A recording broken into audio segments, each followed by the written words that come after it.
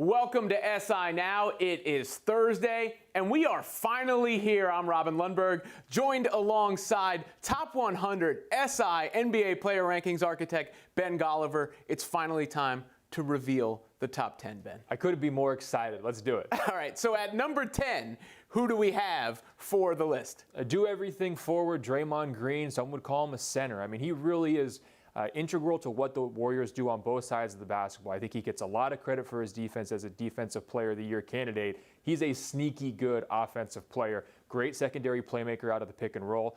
Steph will make that quick pass to him, and all of a sudden he surveys, finds the open shooter. We just like his transferability. If you drop him on a random team, they might not be as good as the Warriors, but they're going to have an elite defense because, I mean, he deserves the credits as being one of the top 2-3 defensive players in the league. And they're going to have a very functional offensive player, a guy who makes his teammates better. Let's go to number 9. Next up on your list, we have Giannis Antetokounmpo, the Greek Freak. I think this is a pretty easy one probably to do, right? One of the top rising players in the NBA. There's no doubt about it. We underrated him last year. We had him down there around in like the 40s or 50s because we weren't totally sure if what he had done after the All-Star break that previous season was legit. Well, needless to say, we can't even say he had a breakthrough season. He had an uber breakthrough season. I mean, career highs in every single category across the board. And he's really setting himself up, I think, to be the heir apparent to LeBron James in the Eastern Conference in terms of that conference's best player if LeBron does decide to leave the Cavaliers next summer. This ranking, I think, is actually a little optimistic. We're expecting to see more from him to justify this ranking because, remember, he hasn't won a playoff series. He hasn't led a top 10 offense. I think those are the two next boxes to check for Giannis, and I think he's going to get there this year. I think you could argue in an expansion draft of the entire league, he may be in contention for the number 1 pick. Who do you have at number 8? It's going to be Anthony Davis, and this was a real kind of a debate. Who do you like, AD or Giannis, back and forth, because both of these guys are just unbelievable. Similar players in a lot of ways. Yeah, I mean, just freakishly talented and kind of mold breakers, too. Guys who you don't really have a lot of good comparisons for because they're so unique. With AD, though, we don't want to take him for granted. It's easy to hop on, the next great thing. That's clearly Giannis. With Anthony Davis, though, I mean, all the guy does is put up 20-10s. I think he had a very healthy season last year. He's stuck in really adverse circumstances, even after the DeMarcus Cousins trade. So as good as he's looked individually in New Orleans, if you put him in just sort of that average vacuum, we think he would look even better. Multi-positional guy. We love the versatility. I mean, it kind of speaks for itself with Anthony Davis. Terrible rosters with the Pelicans. How about at number 7? Yeah, number 7, we're getting down to Chris Paul, and he is one where he slipped a little bit from last year. And it's tricky because he had some injury issues. He is getting past 30, so the temptation for us generally is to bring those guys down a little bit. But when he was on the court, he was unbelievable. Among the league leaders in all sorts of advanced stats. The Clippers totally fall apart offensively when he's not on the court. Their record really fell back to earth in the time that he missed. He just does it all. I mean, if you want a top 5 offense, put Chris Paul in charge. He's going to give it to you year after year after year. One reason why we dropped him, though, behind a guy like James Harden is because there was this sort of staring match in terms of what's Chris Paul going to do with his career. Chris decides to join James's team. It did seem like a little bit of an admission there that, okay, the after 30 star joins a slightly younger guy. He's going to play their style. It's still going to be James's team. And so we couldn't really justify having Paul, over Harden at this point.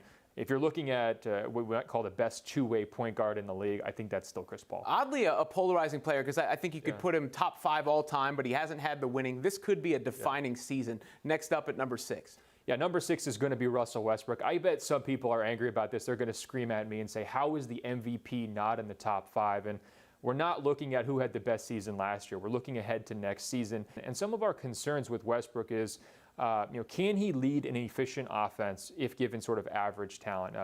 The distance, I think, between where like James Harden was with Houston's offense last year and where Westbrook's offense was in Oklahoma City was vast. I always looked at, the old Thunder when Kevin Durant was there. He was their best player. He was kind of succeeding at times on his own, a lot of isolation stuff. Can Russell Westbrook answer that question by integrating Paul George and kind of getting the best out of him? I think that's something to watch this coming season. We know the triple doubles. I mean, the guy's competitive spirit's unbelievable. You have to give him credit for that. But I think he's going to be able to have an upgraded roster that's going to fit better around him this year than it did last year, and that should put him in a position for success. Before I ask a follow-up, I have to see who's at number 5. Who's at number 5 on this list? It's James Harden. So how did you go Harden over Westbrook? I mean, it really came down to their impact on team performance and our belief that if you put them just into the vacuum, who's going to be able to make their teammates better? What we saw with Harden was not just a phenomenal individual season, but he really created entire offense, a top 10 offense all time in his mold. I mean, Mike D'Antoni was able to fashion everything around him. Even though they were similar three-point shooters last year, Westbrook and Harden, I just trust Harden's shot a little bit more. It's a purer shot over the course of multiple seasons. He tends to shoot better from outside, and that's a huge tiebreaker at this point. If Westbrook is stuck taking these long threes late in playoff games, that makes me nervous. If Harden's taking a three-pointer, 2 minutes left in the fourth quarter, I'm a little okay with it. So I now know who the top 4 is, and it's correct. I just have to see the order. Yeah. Let's see who's at number 4 on the list. Well, I'm glad you vouched for it. Number 4 is Kawhi Leonard, and this is a tough debate there at number 4. Because some would say he's the best two-way player in the league, and doesn't that then make you the best player? Yeah, and I think one of the things that we look at here is positions, right? Because 3 of the top 4 guys are wings, right? Kevin Durant, LeBron James, Kawhi Leonard, they're all sort of playing a similar position. But with Kawhi, the resume is pretty simple. I mean, all defense every single year, defensive player of the year candidate every single year. Offensively, much improved offense as an individual scorer. I mean, he is really tough to guard one-on-one. I think what ultimately came down to for us when we're looking at him versus a guy like Steph Curry is the impact that Steph Curry's shooting has on his team's offense, the ceiling that his team's offense has compared to the ceiling of an offense where Kawhi is the number 1 guy. We just thought that gap was so wide that we kind of had to give the benefit of the doubt to Steph. Well, Kawhi to me is a little Pippen on defense, a little Kobe on offense. That means Steph Curry must be at number 3, right? Steph Curry is number 3. That gravitational pull? Yeah, and again, it's tricky because you could argue Curry versus Kawhi. You could also argue Curry and Durant, right? Or Curry versus LeBron. I know there's some people out there who feel very strongly that his gravity makes him the most important, the most valuable, and the most irreplaceable player in the league. I'm not quite there. I really listened to what Steve Kerr had to say after the finals when he said, Kevin Durant was sort of the more important or the better player for them. And what he pointed to was the defensive side of the basketball and also Steph's size.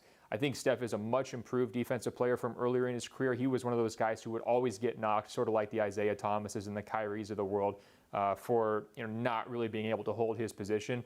One thing we would love to see, though, is just cut down on some of the loose turnovers. I mean, this guy just gets a little bit too tricky sometimes, outthinks himself, and that was one other thing that we looked at in terms of holding him back a little bit. So we're into the top 2. I'm guessing at number 2, it's Kevin Durant? It is Kevin Durant. Every year we've done this list, 5 in a row, we've had this conversation. Is this the year KD passes LeBron?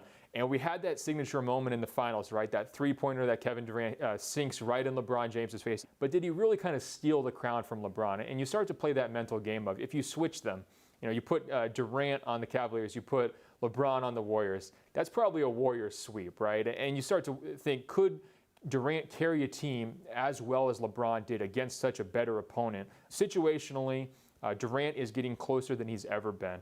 His defensive game has definitely improved. He gets to the free throw line. He's a good three-point shooter.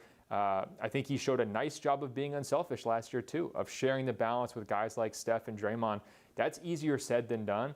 And it worked out brilliantly for Golden State. A freak at 7 feet tall. But again, that Curry effect, he gets a lot of those one-on-one situations. Yeah. He takes everything else as a slight. Maybe this will motivate him a little bit because at number 1, still the king? It is still the king. And it's going to be a fascinating year for LeBron because he's kind of been stripped of his running mate with Kyrie. He's going to have a big question mark with Isaiah Thomas alongside him. A lot of the other guys are back, though, so they are going to have a pretty good core contingent. There's just not a lot of other guys in the NBA who can come close to approximating how well LeBron makes his teammates better. And then also his peak ceiling, I think we would all agree, is still higher than everybody else. If you had to have one playoff series, bet your life on having one guy to win the finals for you, you'd still take LeBron. I mean, triple-double average in the finals, unbelievable consistency night in, night out with the amount of scrutiny and pressure that he deals with. It's still him. And maybe he gets unseated next year. I'm going to certainly be looking as one of the major storylines of this season. Can KD actually surpass him? Does another Warriors title potentially move Kevin Durant's reputation above LeBron James's? We'll see. There you have it, the SI Top 10. Ben Golliver, good work and thorough. We'll check in with you as the season continues. Thanks. I think they're enjoying themselves. They should. I mean, they're I think what's kind of cool about our game is when you do things and you do them the right way, and our guys are playing the game to win the right way. So that part's really meaningful. You know, they should enjoy what they're doing. It's pretty special. Doing it the right way, I'd say the Indians have that down pat as right now, August 23rd. That's the last time the Cleveland Indians lost a baseball game. It's the streak that has taken over Major League Baseball's postseason push as the Tribe will look for their 22nd win in a row tonight when they take on the Royals. Here now to talk some baseball is Sports Illustrated senior writer Ben Reiter. And Ben, wow, this team has been fun to watch. Let's talk about this streak here. 21 in a row. No team in over 100 years has reached that level of a streak. Do we have to respect the 1916 Giants and that 26 wins, or do we say modern day era, modern day baseball, this is the all-time win streak? Sure, respect the Giants, even though they had a tie mixed in there, right, due to a game that was rained out, essentially, in the middle of that streak. But look, it's not particularly relevant to what's happening now. I'm not sure it was quite as competitive a league back then. I mean, for the Indians to be doing this in the midst of a playoff race, you know, with the competition they're facing is remarkable. And it's not just that they're winning games. It's not just that they're winning them the right way, as Tito Francona said. It's that they're killing teams, Ryan, right? 139 to 35 run differential. They've trailed for a total of 4 innings in these games. Their pitching staff is at 1.57 ERA, which is more than 2 runs better than any other team. I mean, this is truly remarkable. I don't care what the Giants did 100 years ago.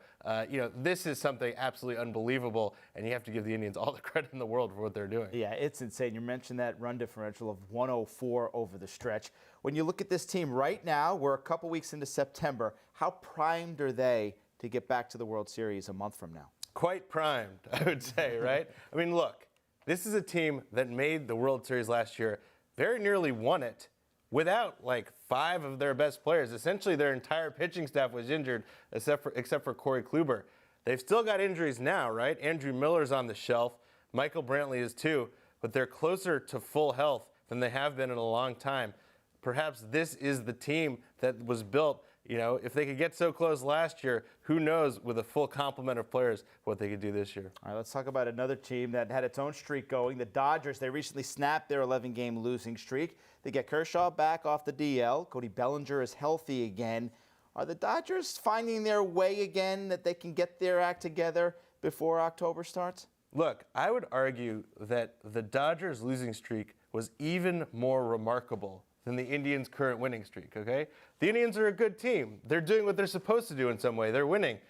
The Dodgers looked like they might be the best team in the history of baseball. They're on track to challenge the all-time win record. To lose 11 in a row, to have a run like this, is just absolutely remarkable. I don't think that, you know, 1 or 2 wins will convince me that they're back on track. I think what you have to do is just look at the talent on that roster, including Bellinger and Kershaw, and you have to think that, you know, eventually they'll get there. You know, maybe this will be good for them come October. Maybe it'll convince them that they're not invincible, that they still have some work to do when it matters most. And the rest, I mean, Kershaw's rest, Bellinger got some rest, Seager got some rest recently. He was a little dinged up, so maybe that helps them down the stretch. Let's take a look at the AL wildcard race. 5 teams within 4 games of that second spot. Minnesota is the second team behind the Yankees, who sit comfortably at the top spot right now. How are the Twins doing this, Ben? This is a team that lost over 100 games a year ago. They have a chance to go from 100 losses to the postseason. How has Minnesota been able to turn it around so quickly? I mean, it's been a bizarre race, Ryan. You look at the standings, which we just showed. 2 of the teams who are still in the race were trade deadline sellers, including the Twins, right? They sold their closer, Brandon Kinsler. They sold one of their top starters, Jaime Garcia. They were essentially packing it in on this year, but here they are in playoff position. I think it has a lot to do with the late blooming all at once of some guys they've been waiting for a while. When you're looking at Byron Buxton, Eddie Rosario, a lot of these young prospects who struggled perhaps more than they should last year are suddenly putting it together. This race isn't over, though. I think one team in those standings I think we have to keep an eye on is the Los Angeles Angels of Anaheim. You know, they bought at the deadline, or after the deadline, in fact, adding Justin Upton and Brandon Phillips. Mike Trout gives them a big advantage. I think that this team is, in position, especially with the Twins. Who knows if they'll hold on to not only make the playoffs, but to win, unbelievably, the first playoff game of Mike Trout's career. He might get his first playoff victory this year. Yeah, the Twins looking like a playoff team. They get the walk-off home run from Rosario last night for another win. Cody Bellinger is pretty much all but locked up the NL Rookie of the Year, but let's talk about Rhys Hoskins in Philadelphia. 17 home runs, his first 33 games. That's a Major League Baseball record. 37 RBIs, Ben, in this span. That ties two big names. Joe DiMaggio and Ted Williams are the only guys that have done that before. Should we expect Hoskins to keep up this production next year? Because when it comes to the Phillies, it's really all about next year at this point. So no, I don't expect him to continue to put up an RBI per game. I don't think that we can expect that from Rhys Hoskins. But look, it's not just what he's done on the Major League level this year, Ryan. This is a guy who hit 29 home runs in the minors. So for the year, he's up to 46 total, right? That's a pretty good run for a young guy. Look, they've clearly found something here. Clearly a terrific slugger, one with a great batting eye. And that's what a rebuilding team like the Phillies need. It's been a slog here. They're just starting to gear up maybe to make their next run. It looks like they've certainly found a leader. All right, let's finish with an important topic. In Boston Wednesday night, an anti-racism banner was draped over the Green Monster that read, "Racism is as American as baseball." The fans who draped that banner did so in support of Black Lives Matter movement. Now, the banner was taken down and the fans were ejected from the game because of the policy of no putting up signs at Fenway Park. The issue of racism, though, is no stranger to Fenway Park. We had the incident this season with Adam Jones of the Orioles. Mookie Betts last night said, quote, "There is not a place for that. That's for another day, though." How do you think the environment in Boston, we've seen this in different sports in Boston. We've seen it with the Adam Jones incident. How do you think this is going to affect a guy like Betts, a guy who's the face of the franchise, who they're hoping someday signs a big long-term contract? Does this overtone in Boston make a guy like Betts shy away, you think? I don't think so. I don't. I mean, if you look at the Red Sox roster, despite their history and despite some, problems that the city continues to have and that our country continues to have, the Red Sox themselves are one of the more diverse teams in baseball, which actually is a very diverse sport. Clearly, everybody, including the league, would like to see the representation of African Americans like Mookie Betts increased.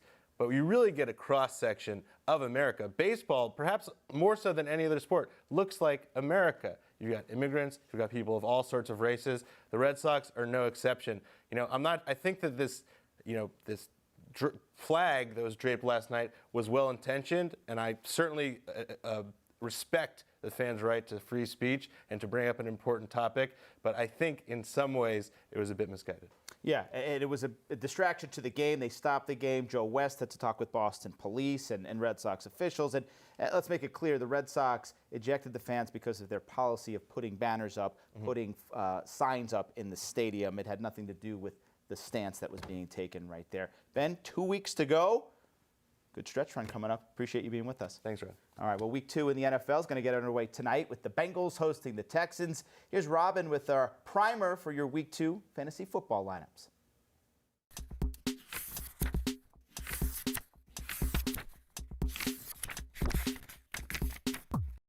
You're the fantasy exec, right? So we should call these the executive decisions. Who are you starting this week for sure? Well, you went to the waiver wire this week. A lot of people to go pick up Baltimore Raven running back Buck Allen. Obviously, we see Danny Woodhead go down. That was very predictable. At some point, we knew that would happen. They're saying he's out 4 to 6 weeks. Just a word.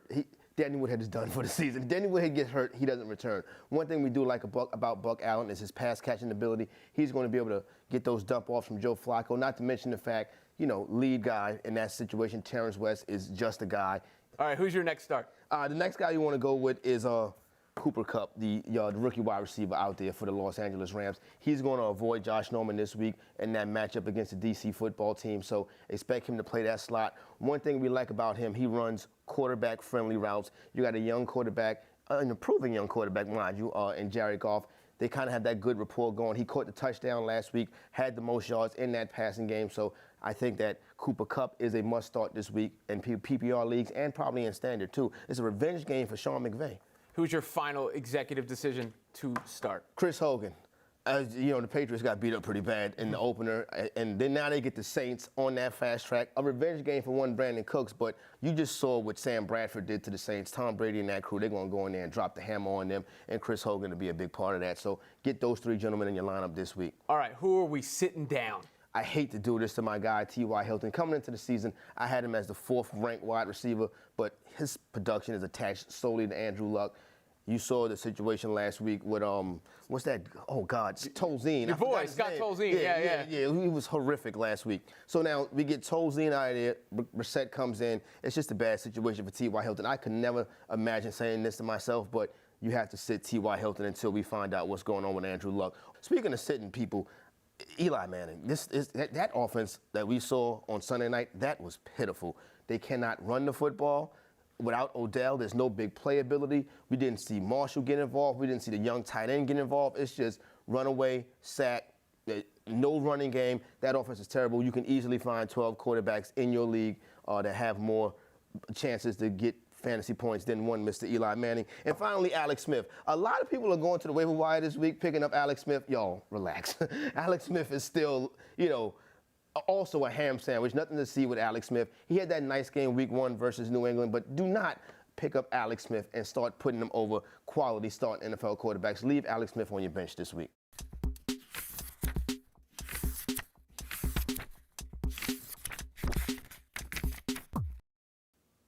All right, Europe's biggest soccer competition, UEFA Champions League, return this week. And to give us a complete breakdown of the first 2 days of group play is the host of Fox Sports Soccer Coverage, Rob Stone. And Rob, the target remains squarely on Real Madrid's back this year. They've won 3 of the last 4 Champions League titles, and they're the odds-on favorite to win again, despite being in a group with Dortmund and Tottenham. They defeated Apoel Wednesday night. How do you assess their chances of winning another title this year? Well, I think they're always high, and if I had to put money on somebody, it would be Real Madrid. But boy, to expect a club to win the Champions League 3 years in a row is asking, I feel, in the end, just too much. Zinedine Zidane has proven to be a wonderful manager. He's managed 21 games in the Champions League, and they've won 2 Champions League titles. Gareth Bale with a fantastic assist the other day to Ronaldo, and when you have a guy like Ronaldo, I think you're automatically placed amongst the list of the favorites. But look, some of the best clubs in the world have been targeting Real Madrid to knock them off their perch for months and months and months. They haven't been able to do it. But as much as they are the favorites, I just can't see Ronaldo celebrating in Kiev come May with a 3rd straight European crown. Only a few select clubs have ever been able to do it in the history. The last was led by one of the greatest players ever, Franz Beckenbauer, by Munich, winning 3 European crowns in a row. We know in any sport how challenging it is, Ryan, to win back-to-back titles.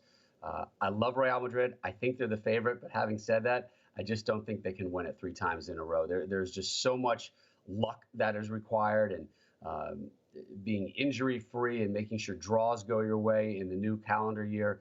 I think the challenge is just too immense. Yeah, indeed. It is a long road. All right, let's talk about the Premier League teams. 5 of them got off to an undefeated start in group play, but it's been 6 years since an English team captured the Champions League title. Which Premier League team do you believe has the best shot at capturing that title this year? It's a challenging one. As you mentioned, 5 English Premier League teams in the Champions League this season. 4 of them got wins, 1 a draw. Many of those wins awfully decisive and a ton of goals. Chelsea and Manchester City putting up the big numbers.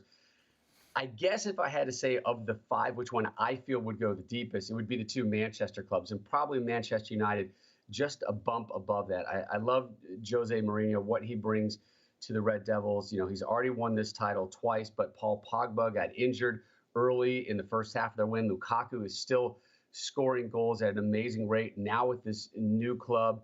I like what Manchester United is doing in the sense that they're strong in the back with David De Gea. They've got some big, impressive talent up front. Marcus Rashford's able to come off the bench and score a goal. But again, the special one, the mastermind, Mourinho, and this wonderful, beautiful arrogance that not only do we belong in this tournament, but we belong among the elite. And there's always that drive, I think, to get Manchester United back to the level where so many first fell in love with the club. Paul Pogba's injury is going to be something that we're going to have to follow. Hamstrings are always a tricky thing, whether you're a 20-year-old billionaire or you're a 40-year-old guy talking about sports in the basement early morning in Los Angeles. I like Manchester United, of those 5 clubs, to make the loudest noise, but Manchester City is going to be there as well. I think 3, probably 4 EPL clubs are going to make it out of the group stage. I think 1, if we're lucky, will get to the semifinals. Are you saying you're not the 20-year-old billionaire, Rob? Come on, man. No, those days have passed me. Those days are long gone. I'm neither of those, unfortunately. All right, how about PSG? They were the talk of the summer with the moves to add Neymar and Mbappe, but now the pressure is on this club to start performing here. After last year's historic collapse to Barcelona, does PSG now have enough firepower to get to the final? Well, we call it a historic collapse, but it's to Barcelona. Look, lots of people collapse to Barcelona. I love the start that PSG got the other day in rainy Glasgow, putting a quick 5 up on Celtic. And who's the first scorer? It's Neymar. Who's the second scorer? It's Mbappe. The 2 big acquisitions for this club that, has it in their sights. And I love the determination. And, look, we're not going to deny the fact that they have deep pockets, but they want to be the best. And not many clubs out there can go out and buy a guy like Neymar. And PSG said, all right, what's the asking price? What do I need to do to trigger things? We'll do it. And we're going to give the resources to management to do what they can to be among Europe's elite. Look, when Neymar showed up, they sold thousands and thousands of jerseys. Dani Alves, they got on a free transfer. This guy's got immense pedigree with Barcelona and with Juventus. And then Kylian Mbappe is that star of the future, and they were able to get him on a kind of a controversial loan / we're going to buy him down the road from Monaco. To me, coming into the Champions League, PSG was the most fascinating story. It's sometimes it's easier to get these collection of stars than it is to have them perform together as a unit on the field. And I think in match day 1 of the Champions League, they came out flying against Celtic. Again, they put up 5, and their big guns with Cavani, Mbappe, Neymar all lined up top, and all of them getting on the score sheet. And you keep those stars happy, particularly early on when they're still working on these new relationships on and off the field. I think it bodes really well for PSG. And I think if you're the rest of the Champions League, you are awfully leery of that looming giant presence in Paris. All right, before we let you go, got to talk about your colleague, Alexi Lalas, and his passionate plea to the U.S. men's national team over the weekend. Let's take a quick look back at what he said this weekend. To all the guys that I didn't mention it because you don't even warrant to mention. That includes you too, Wonder Boy. So, what are you guys going to do? Are you going to continue to be a bunch of soft, underperforming, tattooed millionaires? You are a soccer generation that has been given everything. You are a soccer generation who is on the verge of squandering everything. So, now it's time to pay it back. Make us believe again. You don't owe it to yourselves. You owe it to us. And get off my lawn. Rob, members of the team have now begun to respond after Dortmund's loss on Wednesday. Christian Pulisic told NBC Sports, I heard about it. I'm not going to lose sleep about what Alexi Lalas has to say about us. He can say what he wants. Josie Altidore, Michael Bradley have also sounded off. What do you make of the comments from Alexi? What do you make of the players' responses to what he had to say about the team? There's a million directions I can go with this one. Number one, Alexi, I consider him a dear friend. We spend more time together than probably with our wives during certain stretches of our work time. I loved it, and I loved it for numerous reasons. Number one, it was entertaining. Number two, it got people talking. It resonated. It hit a nerve with fans, with coaches, with players. Look, we're the U.S. men's national team. We should not have 2 games left in the hex and be biting our nails to get to the World Cup. I saw this really as a pep talk, as motivation. And look, the petting them and lifting them up and saying, good play, go get them, guys. We'll get them next time. I think maybe in Alexi's mind that just wasn't working. It was like, look, guys, let's stare at the reality. And they know what the reality is. Michael Bradley wants to get to Russia more than I want him to get to Russia. We get it. We understand it. But I think it was a venting from the fans' perspective out there, because we are fans and we're fans of this team, and we want to see this team do well. You know, we've been programmed for so long not to cheer and not to be fans. Well, guess what? When the U.S.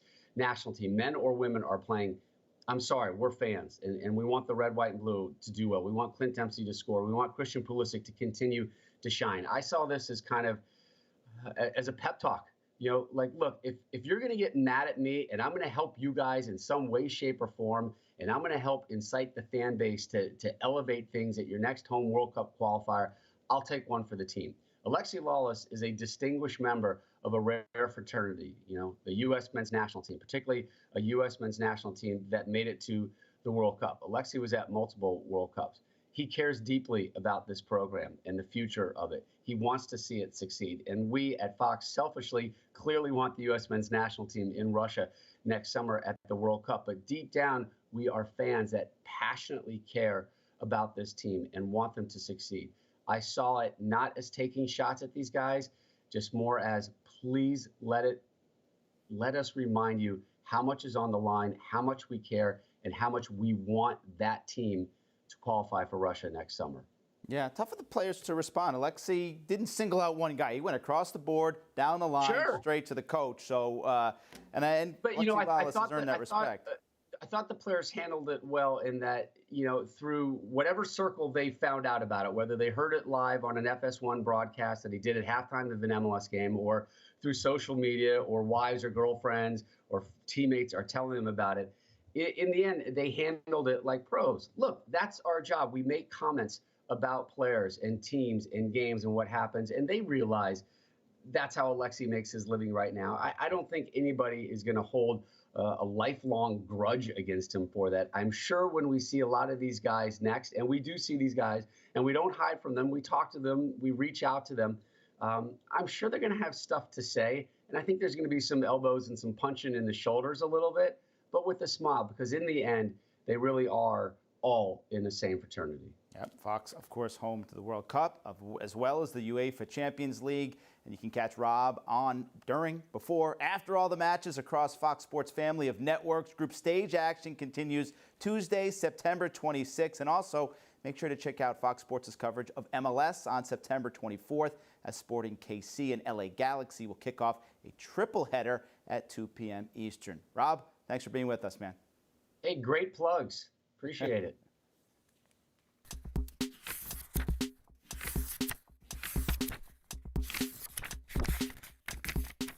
UFC 217 takes place Saturday, November 4th. Where else? Madison Square Garden, and it's live on pay-per-view. You can buy tickets Friday, September 15th at 10 a.m. Eastern via Ticketmaster.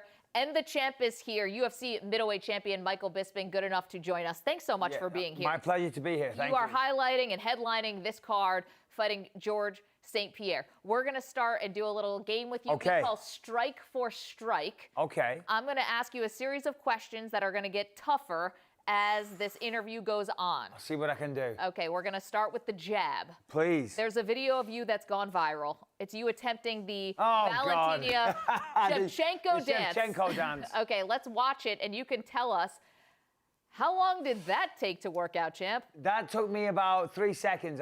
They showed me the video, and I attempted to do it. I worked the pre- and post-fight show for Fox.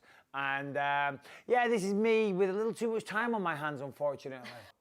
Okay, we saw the footwork, though. That was good. Let's move up to the straight right hand. So we're getting a little bit harder here. Okay. 217, you're going to take on George St. Pierre. Yes. It's going to be his first fight. Yes. Since 2013. How much do you think ring rust is going to play into this fight? Well, I think it's going to be a bigger factor than what he thinks. You know, he's coming back to the octagon. George was a great fighter. He was a legendary fighter, and he still is. But he took some time away, and he took that time away for a reason. You know, and his last fight didn't go too well. He won the fight, but he took a bit of a hiding.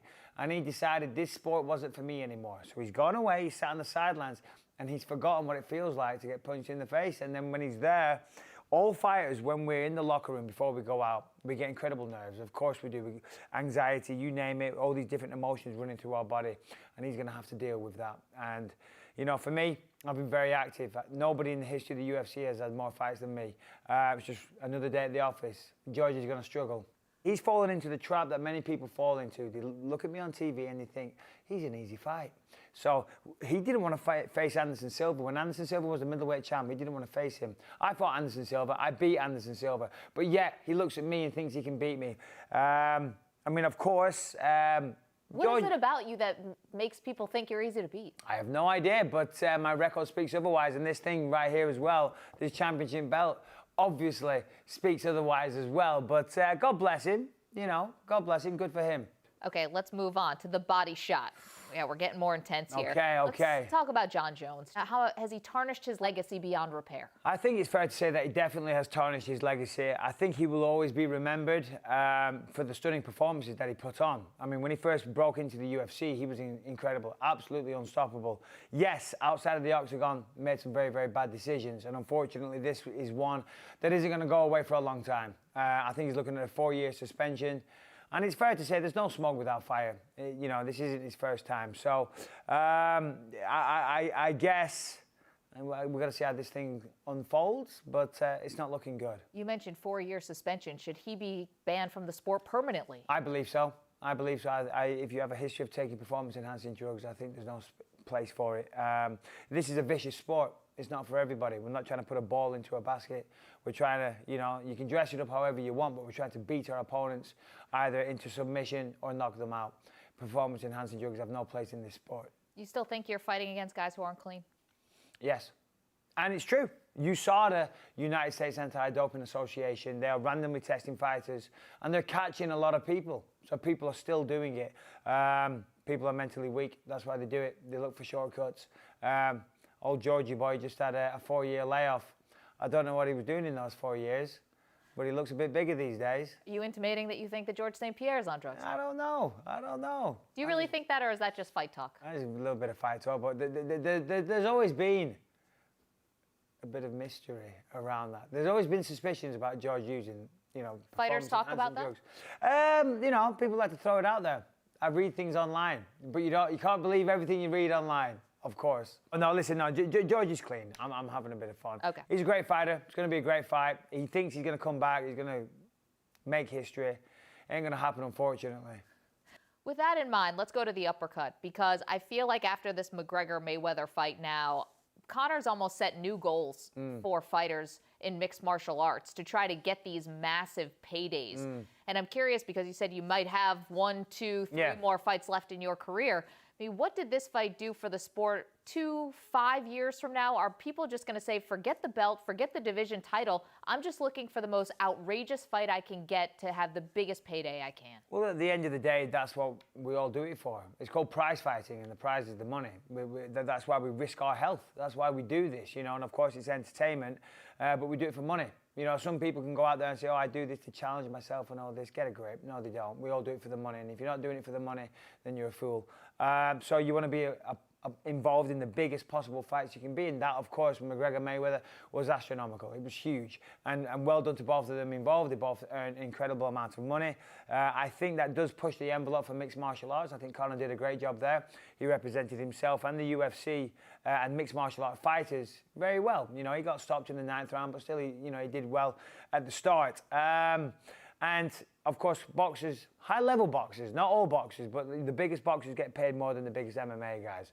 But we're closing the gap. Let's go to the knockout here. And this one is something we'd like you to just clear the air. Recently, you responded to comments that Tyron Woodley had said that he thought that fighters may be subjected to racism from fans. Yes. You countered, you said, this is your quote, "It's seen as almost a sin to be a white man these days." What do you mean by that? Clear that up. Well, geez, I love the way that you just picked that one bit. If you read the whole paragraph. I did. Yeah, and it was just a joke, but he's out there pleading racism, and I'm like, I don't see it. And of course, I'm saying, I can't put myself in his position. I'm not a black man, so I can't begin to imagine what that feels like. But I haven't seen evidence of racism. I think it's quite the opposite. I think the UFC have done a great job of pushing all their athletes, including guys like Daniel Cormier, Jon Jones, Tyron Woodley, Anderson Silva. These are all black males, so I haven't seen evidence of that, so I was just disagreeing. Have you talked to Tyron at all? Of course, I worked with him on Saturday on Fox Sports. Yeah. What does he think of all this? No, it's called banter. We're all good here. Michael Bisping, you've survived the strike for strike. No one's knocking this guy out. Yeah, we'll see. Thank you so much for stopping My by. pleasure. And good luck to you. Of course, tickets on sale this Friday, September 15th. You can buy them on Ticketmaster. UFC 217. Thank you.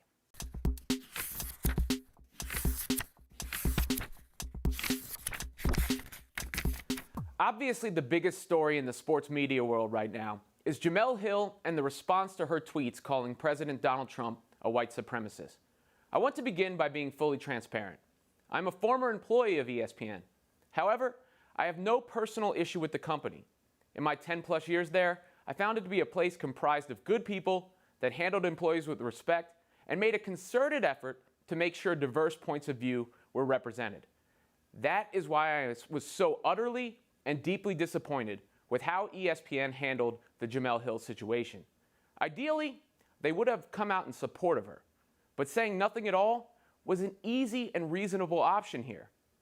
By caving to unfounded attacks and to a crowd I don't think could be satisfied, I believe they wound up offending a much broader portion of the audience. And as a result of the public response, White House Press Secretary Sarah Huckabee Sanders described the personal beliefs of a private citizen as a fireable offense in a forum speaking for the United States of America. By the way, back in 2012, Trump posted a tweet calling Obama a racist with absolutely no justification. Of course, Trump wasn't fired from NBC. ESPN has mishandled the situation, the White House has mishandled the situation, and Jemele has absorbed the brunt of it with nothing but class. I've reached out privately, but I want to say publicly, Jemele Hill, I've got your back because it's the right thing to do. We'll see you tomorrow on SI Now.